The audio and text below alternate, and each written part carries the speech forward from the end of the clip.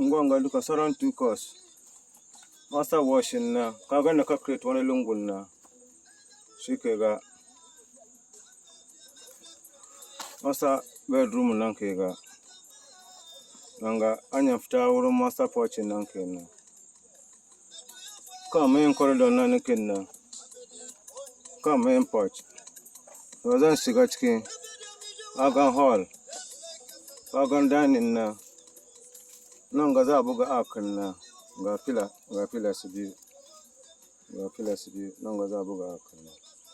ga nan ga na bara mai service arc inda zai bulla kitchen yanka dafa abinci a biyo da shi mu karbi ka gani yayi ngonga duka sauran 2 kai ngonga duka wani wuri sauran 3 wani wuri sauran 2 nan haka sauran 3 bayan na sauran 2 nan na cire kitchen window na saboda washing basin na ya zo down sai sa na yi window na high sai sa window na ya zo doki focus ngonga duka nan ganga sauran 3 course nan ga sauran 2 nan ganga sauran 2 nan kuma sauran 2 nan sauran 2 nan kuma aka sauran 3 nan da shi mun buga scarf mun sai waje da gobe mun ka zo wallin kasa nan shi za mu taba ranga ganga ga animation yayi wari yana faci sunan shi socket na faci na buga yake kwarai da shi mun ka zo na buga yake da shi nan duka nan dai sauran 3 sai kai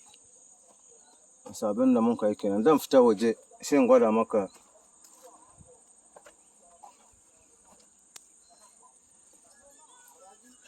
nan ganga washing ga zan raba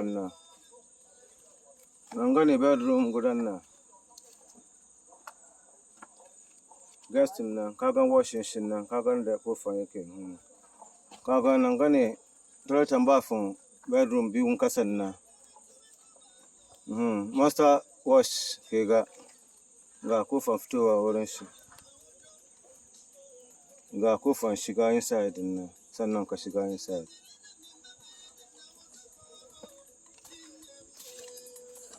kamun gobe da marice za mu gan da dai abin ya kai mu sosai ina kan main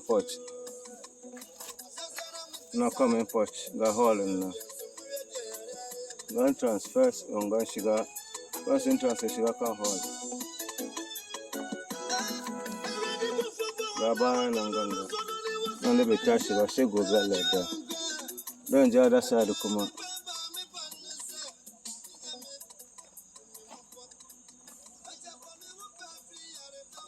nan ganga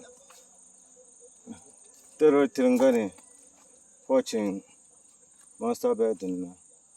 na creating shi later na son aiki na je bisa shi saman kurin creating shi a porch na one wall shi ga one wall shi ga bayan dakin da kanshi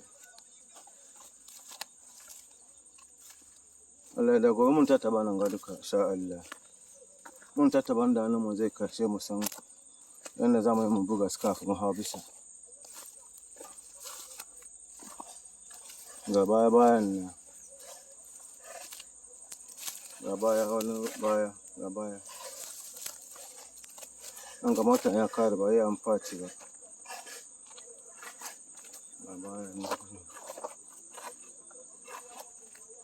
an ga mun bar window nan ga ma corridor na bar window nan ga ma corridor na ma ko nan ga ya dufu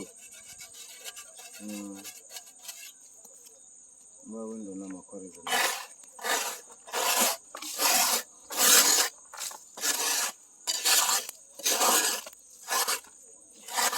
da nan ganga Allah da gobe mun tattara su nan ganga duka Allah ta ce mu bana su sabin da muka yi kenan